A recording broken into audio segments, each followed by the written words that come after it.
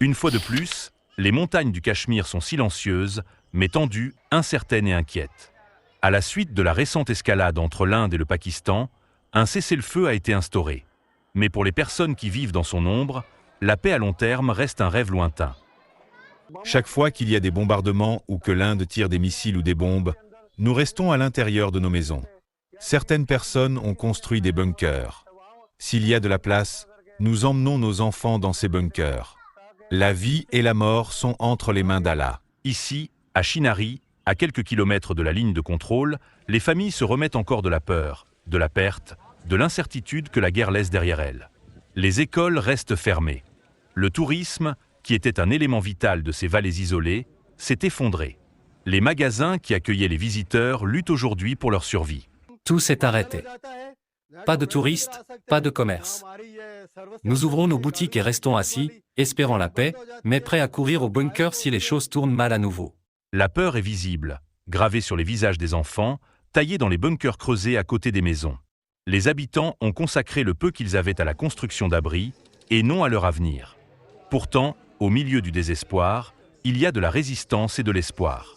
À une quinzaine de kilomètres de la ligne de contrôle, Mohammad Nazir Awan a donné refuge à ceux dont les maisons ont été prises pour cible par les forces indiennes. J'ai hébergé plus de 100 personnes dans ma maison. Je suis ravi de les accueillir, mais ce n'est pas une façon de vivre.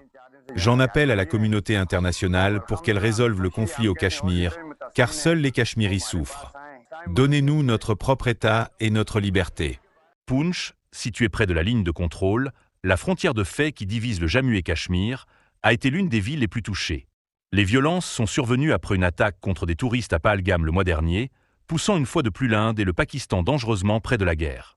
La population locale affirme qu'elle n'a jamais été témoin d'une telle destruction.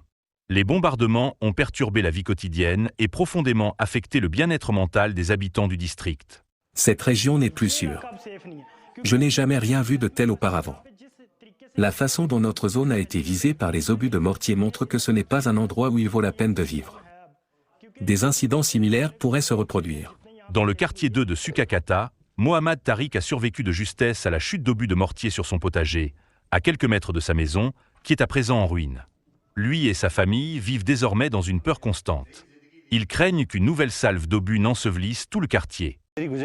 Ma demande au Premier ministre Modi est de mettre fin à ce conflit. Ce sont les pauvres qui souffrent le plus. La solution réside dans des pourparlers avec les Pakistanais. Certains habitants ont commencé à revenir après que le président américain Donald Trump a annoncé un cessez-le-feu entre ces deux nations dotées de l'arme nucléaire. Mais beaucoup disent qu'ils ne sont pas sûrs de pouvoir rester, hantés par les souvenirs des bombardements et craignant ce qui pourrait arriver ensuite.